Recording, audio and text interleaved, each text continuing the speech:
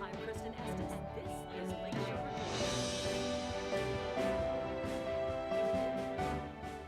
Gary Mayor Karen Freeman Wilson and Congressman Pete Visclosky announced this week that the Gary-Chicago International Airport is the recipient of 2 FAA grants totaling over $5.7 million. The Federal Aviation Administration grants will support the completion of the runway extension project and will help with other airport upgrades. Congressman Visclosky says that the continued investment in local infrastructure like the Gary-Chicago Airport creates jobs and helps strengthen the local economy.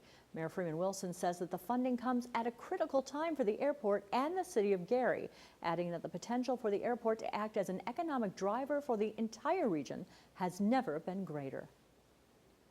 The Indiana Finance Authority announced this week that effective immediately, IFM investors will assume ownership of the bankrupt Indiana Toll Road Concession Company, or ITRCC. Ken Daly, taking on the role of Chief Executive Officer of the new ITRCC, says the company's initial operations improvement plan represents a $260 million investment in the toll road over the next 5 years. Those improvements include bridge and pavement rehabilitation, a revised travel plaza strategy, and will address some environmental management issues along the road. Governor Mike Pence applauds the new agreement, saying he's confident IFM Investors has the experience and expertise to operate the toll road effectively. A date has been set and construction crews are at the ready. The groundbreaking for Indiana University Northwest's new $45 million Arts and Sciences building will happen on Thursday, June 18th. The long-anticipated project, to be constructed on the corner of Broadway and 35th in Gary, will start in earnest later this year. The proposed 133,500 square foot facility will be shared with Ivy Tech Community College, a cost-saving move for both campuses that should strengthen the relationship between the two. The building will also house a brand new 500-seat auditorium and separate black box theater, replacing the former IUN theater venue, which was destroyed by flooding in 2008. This week, Purdue-Calumet is celebrating a prestigious academic achievement. One of its students has been named a Fulbright Scholar, the school's first, and will be heading to Africa with the Fulbright program to help teach students English. Jonathan Wilson graduated from Purdue University Calumet this year. The Maryville native will participate in the United States' flagship educational exchange program while representing his country as a cultural ambassador. Through his Purdue Calumet learning experiences, Wilson made trips to Nicaragua and Tanzania as a study abroad student, educational adventures that helped him win the Fulbright Scholarship. School officials say Wilson got a lot of his inspiration to help others through programs at Purdue Calumet. You know, as he put it to me, he said that he learned that if we want to change something in our community, it's up to us to do it and to get involved and to make it happen. And so it was that type of attitude that he brought to Purdue Calumet and exhibited as a student here throughout his years. In October, Wilson will travel to Ivory Coast in Western Africa, where he will spend 9 months teaching English. Afterwards, Wilson hopes to teach disadvantaged students at a school near his Maryville home. If you know a parent struggling to raise a child, help is available in Gary. The sole purpose of one of our Lakeshore Public Media partners is to help and support parents in need. The Indiana Parenting Institute, or IPI, is offering a number of parenting classes to support and assist parents. The goal of the classes is to strengthen parents through education and training, creating a better environment in which children and families can thrive. The IPI delivers evidence-based skill-building education programs that offer practical, helpful guidance for parents.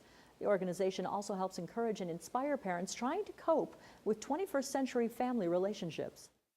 We always make ourselves accessible to the parents, so when something changes or they have a question, we're always here for them to answer those questions. We also connect them to resources as they're needed, so if something within their family situation changes, they can contact us and we'll help connect them to resources in the community to deal with those issues as they come up. If you would like additional information about the Indiana Parenting Institute, you can find out more by calling 219-886-1111. An event targeting school-age kids aims to decrease the incidence of crime in Northwest Indiana by educating some of the area's youngest citizens. More than 100 young people and parents gathered at Indiana University Northwest recently to talk about ways to fight violence. The Youth Violence Prevention Conference is an annual event sponsored by the group Community Organizations for Families and Youth, or COFFEE. Young people from all over Northwest Indiana participated in a diverse range of discussions and heard from public health and safety experts on guns and gang violence, youth suicide, and ways to address domestic violence. Conference organizers say event participants are as young as 6. Some speakers, like ATF Special Agent Jerry Gordon, say they want to reach kids before they make choices that lead to a life of crime. I wanted them to have the basic understanding that firearms can be used in society for good things, but also there is a means or a way of how they get to our communities. But most important, after explaining to them how they get to our communities, that they do not get involved in some of those methods that allow those guns to illegally get on the streets. More information about how to get a young person involved with coffee and the Youth Violence Prevention Conference can be found on our website at lakeshorepublicmedia.org. Some Northwest Indiana schools are making big cuts to prevent even bigger budget headaches, and one local student makes a big play for the National Spelling Bee. Those stories plus Steve Walsh coming up on Lakeshore Report. Lakeshore Report wants to hear from you. Send your thoughts, concerns, questions, and story ideas to tvfeedback@lakeshorepublicmedia.org. You can also reach us on Facebook and Twitter at Lakeshore Report. Make sure to tweet us using the hashtag NWIPride, and you may see your comments on air. Lakeshore Report, providing you region-focused content. While Indiana has increased some education spending, changes to the school funding formula are having a ripple effect in Northwest Indiana. And when Indianapolis lawmakers reduce education funds, educators in our area have to make tough choices about how to make do with the money they have left. As our Stephen Lattimore reports, it's meant some painful decisions impacting students, teachers, and parents. With the loss of state funds, a lot of school districts now have to go back to their budgets and decide what they can trim and what they have to cut altogether. In some areas, they're cutting teachers. Here in Munster, they're cutting school buses. In Munster, the school system buses about 2,000 children a day. By next fall, some of those buses will go from this to this. They will cut 500 students from the transportation numbers. If they live a mile from school, they will now have to walk or find another way to get to school. The Munster school system is $8 million in debt. School officials say the cuts will save the district between $200,000 and $250,000. They will also be advising parents to begin what is called a walking school bus, where a group of students walk together and one parent supervises them. So far, parents have been supportive. In Lake Station, the cuts are taking the form of 12 teachers. Here at Edison Junior and Senior High School, students are reeling from the loss of some of their most beloved teachers. I'm losing a guidance counselor who has done nothing but try to help me get through college, who's helped me find financial aid. I'm losing teachers who have done nothing but impact my life in ways that I can't even begin to explain. I'm heartbroken. Our teachers aren't just our teachers, they are our friends. Like, to me, it's heartbreaking because I get to see all my favorite teachers and my family members go. Well, the teachers that they cut are teachers that truly care and want to see us succeed. My teacher, Mr. Sigler, he's a social studies teacher. Every time he teaches us about a subject, he also introduces it in a fun way. When I came to this school, a lot of teachers changed me. So, it's very, it's sad. It really is. Some of the teachers, they become like my family, like Mr. Wasmit. I've known him for a very long time. He's my band teacher, and he's become like my dad. And the same with my choir teacher, Mrs. Kentaft. She's like my mom. My daughter Alexandria, who graduated 2013, she is pursuing a music education career because of the influence of those two teachers. They are dealing with a $1.1 million budget deficit. Dr. Thomas Kripliver is the school superintendent. It's extremely painful for me, as well as to our Board of School Trustees, to have to let good people go. We're not eliminating our art program at the junior senior high school. We're not eliminating our band program. We might be having to cut back somewhat on that particular program, but we're not eliminating band. We're not eliminating the choir programs. We're trying to maintain and keep intact as much as we can our current programs that we offer our students. And I appreciate you sharing that story with me about that young lady who has strong feelings for her band teacher because her band teacher rather, had such a positive influence in her life, and the guidance counselor. And it is unfortunate that the state is putting us in a position where we have to let these good quality teachers go. We want to reduce our staff as little as possible to get ourselves back on a strong financial footing as quickly as we can. School officials here say that unless they can get more financial help from the state, they may have to take the issue to the voters in the form of a referendum. In Lake Station, Stephen Lattimore, Lakeshore Report. Lake Station School Board will be talking more about the budget cut at its next meeting on June 17th. Back in March, 20 accomplished student spellers from Lake Porter and LaPorte counties faced off in the region's 7th annual final spelling bee, sponsored by the Kankakee Valley REMC. Only one could take the top honors, and that went to Julia Ostema of Highland Christian School. Her prize included a trip to Washington, D.C. this week to participate in the Scripps National Spelling Bee. Reporter Mary Lee of the Medill School of Journalism caught up with Julia as she worked her way toward the finals. Leporine. Leporine. Without hesitation, Julia Ostema coolly spelled the word as one of the 283 middle school aged and younger who competed in the 2015 Scripps National Spelling Bee Wednesday. And I bet you can't spell her favorite word. My favorite word is schadenfreude. It means enjoyment of other people's mishaps. Hailing from the town of Dyer in northwest Indiana, the 14-year-old climbed her way to her first national competition. She won her school bee first, and then after that she went to a county bee where she came in 4th place, I believe. And then since she was in the top 10, she got to go back to the regional bee where she won 1st place. So she's been studying for this bee probably for a couple months only. Ostema is a voracious reader who plays piano and volleyball in her spare time. I'm just proud of everything that she's accomplished, not just the spelling bee, but everything at school and her piano and everything. She just does everything very well. The Scripps National Spelling Bee is an all-time favorite. It started in 1925 with 9 contestants. The 2015 version features a new app called Buzzworthy, which allows people to follow their favorite spellers in real time. But the effort it takes to get here remains constant. To be a spelling bee champion in general, like we have 285 of them here, it takes somebody who reads widely, not just STEM, but literature all over the place, because these words come from everywhere. It takes somebody who then pays attention to patterns and can see patterns. But most of all, it takes somebody who can get a question that they have very little idea what the answer is to, and coolly come up with a good answer. Because all these kids at some point will get a word they haven't seen. Julia Ostema kept spelling correctly late into the day Wednesday, but like 150 other top spellers, was eliminated from the final group of 49 young people who made it to the final rounds on Thursday. Julia has reached the maximum age for bee contestants, so she won't be back next year. Now, she's moving on. Maybe I want to be a pharmacist. Just sounds like I would be good at it because I'm good at memorization. In National Harbor, Maryland, this is Mary Lee for Lakeshore Report. Scripps National Spelling contestants take a preliminary test to accumulate points. Julia and other contestants were eliminated before the final round based on that score. Nevertheless, all of us at Lakeshore would like to congratulate Julia on her accomplishment.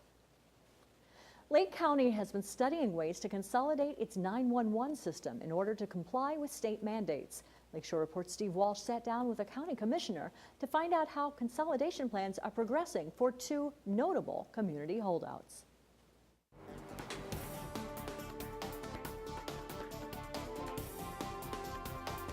Lake County has been working to consolidate its 911 system. The county has been moving forward with a combined dispatch center, which will house most of Lake County's 911 services. 2 communities have held out, though. Sherrville and Cedar Lake are forming their own system, though so far they've not been able to work out an agreement that will satisfy the state. To find out where we are on this, we have County Commissioner President Roosevelt Allen. Commissioner, welcome. Oh, thank you, Steve. I'm very honored to be here to appear on your show this afternoon and to enlighten the viewers about what's happening with the County 911 Department, the County 911 Commission, and how we're moving forward. So this is something that was mandated by the state. They require all counties to consolidate down to one system here.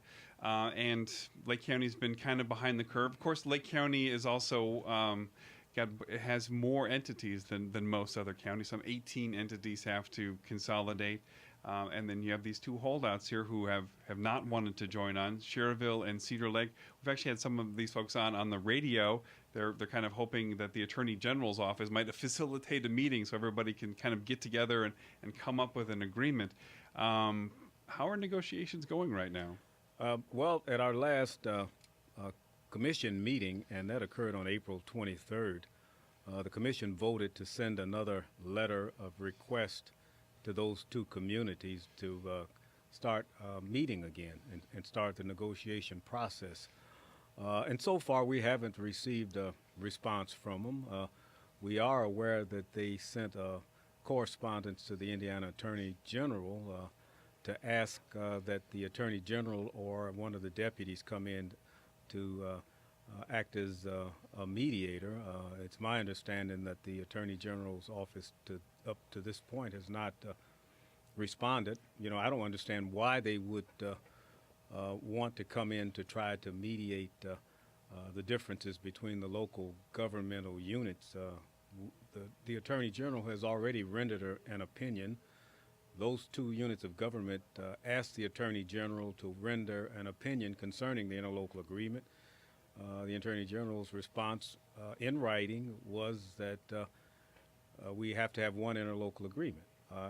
And that's something that we knew beforehand. And so we have that opinion, and we're waiting to start the meetings again, to start the negotiations. Can the county just go on without them?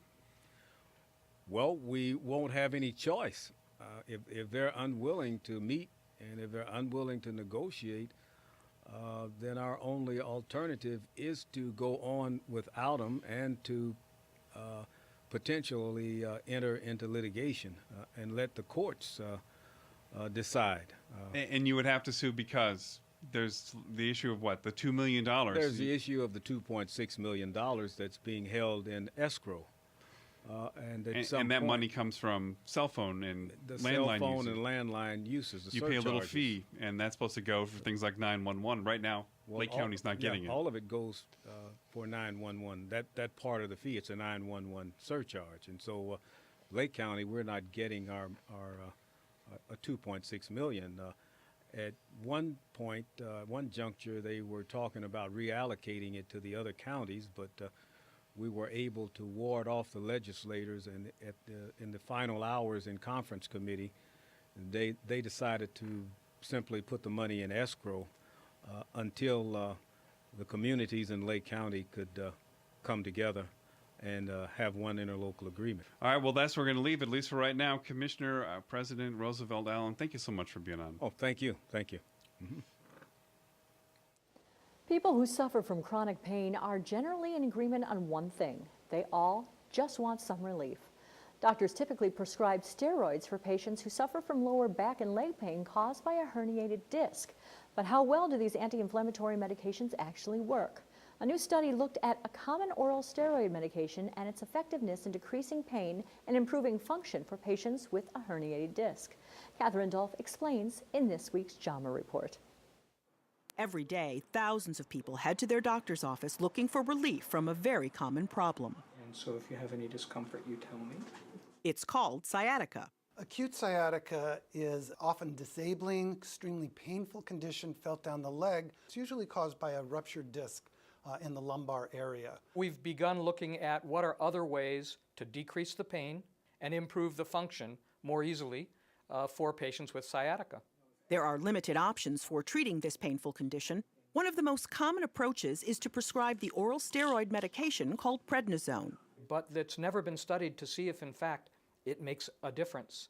Doctors Harley Goldberg and Andrew Avens from Kaiser Permanente, Northern California, and co-authors studied 269 patients with sciatica. All patients underwent an MRI to confirm that they had a herniated disc. 2/3 were given oral prednisone, and the other third got a placebo. Patients were assessed for pain and overall function after 3 weeks and again at 1 year. people got no better with the prednisone than they did with the placebo. That is to say, they both got better equally. There was actually a little bit of improved functional capacity for people that took prednisone. There are more questions to be asked about which subpopulations or other ways we might find which things that are non-invasive help people with this condition. The study appears in JAMA, Journal of the American Medical Association. We also found that patients who took steroids had more side effects than patients who took the placebo, but most of those side effects were fairly mild and transient in nature.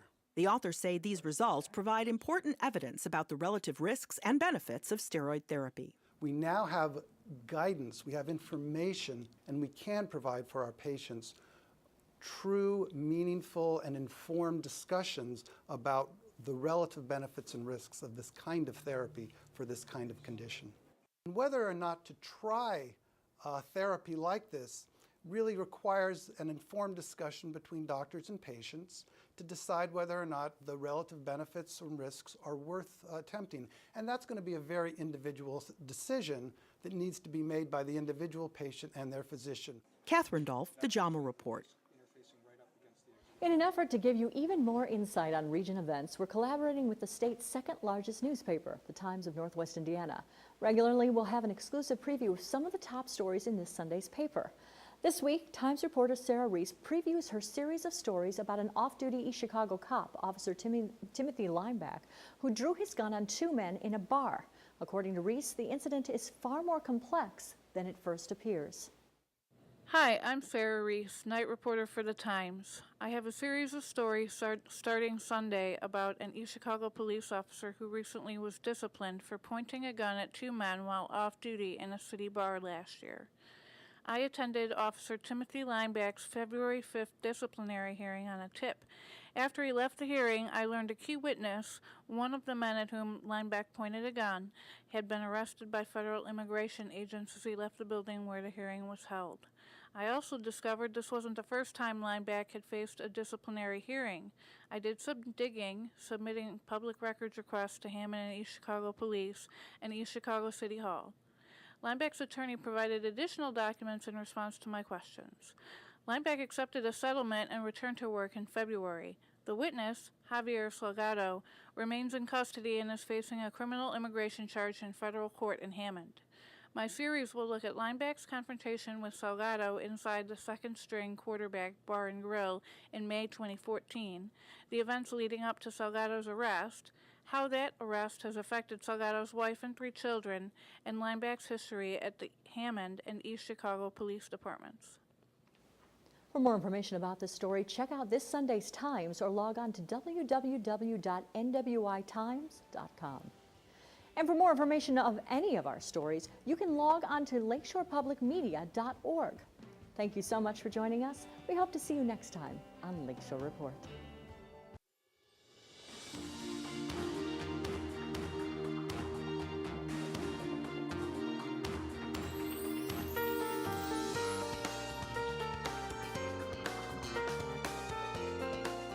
Hi, joining me for this edition of Eye on the Arts is Don Parker, a musician with the South Shore Orchestra. And Don, the South Shore Orchestra is headquartered in Valpo, right? Yes, yeah. And are you a board member too of the I am. orchestra? I'm vice president of the board as well. And you've been with the organization since its inception, Yes, probably. we just had our 10th year, and I've been with it since its inception. Oh, yes. just 10 years. Yeah. I didn't realize Yeah. that. Oh, Yeah. cool. So you have an opening concert coming up. In Valparaiso at the Opera House. It's a new partnership that we have with the Memorial Opera House to start our second decade. It's Friday, June the 5th, and it's a concert of Beethoven Symphony 5 and 6, and a fanfare by Alan Hovhaness, 20th century So that's composer. a lot of Beethoven. It's a lot of Beethoven. A lot of people don't realize that Beethoven actually composed Symphonies 5 and 6 at the same time, and they were premiered concert at the same time as well. And Really? so we're actually doing it the way he did it, which was with Symphony number 6 first. It's the pastoral, and Symphony 5, the one that everybody knows. Boisterous. Yep, exactly. The Boisterous Symphony. Exactly. So, so are you saying that you have not previously been performing at Memorial Opera House? Right. This is, we've played in various locations around Valparaiso over the last 10 years, and this is a new partnership that we're really excited about because it gives us a home in a lovely facility that is really important to the city and the county, and the management and the county board have been really, really helpful and supportive of us. Yeah, it sounds just like a perfect setting for you. Yep. How many does it seat? The Opera House seats 350. It will be cozy on the stage because we'll have a full orchestra for this concert, Yeah. but we're looking forward to it. Yeah, well, that sounds wonderful. I think that's a good home for you guys. Thank you. And you have a very creative marketing campaign, I understand, for Yeah, this concert. we decided to have a little fun with this, and so we have a traveling bust of Ludwig van Beethoven, as you would have seen on the Peanuts cartoons, sitting on Schroeder's piano. And it's making the rounds of a number of downtown Valpo businesses and restaurants. And we'd like people to, if they see it, take a selfie of themselves with their, we call them Ludwig van selfies, and that's post cute. it either to their Facebook page or ours, or preferably both. Yeah. Oh, that's very clever. Yeah. I like that idea. Thank you. So not like Where's Waldo only. Right.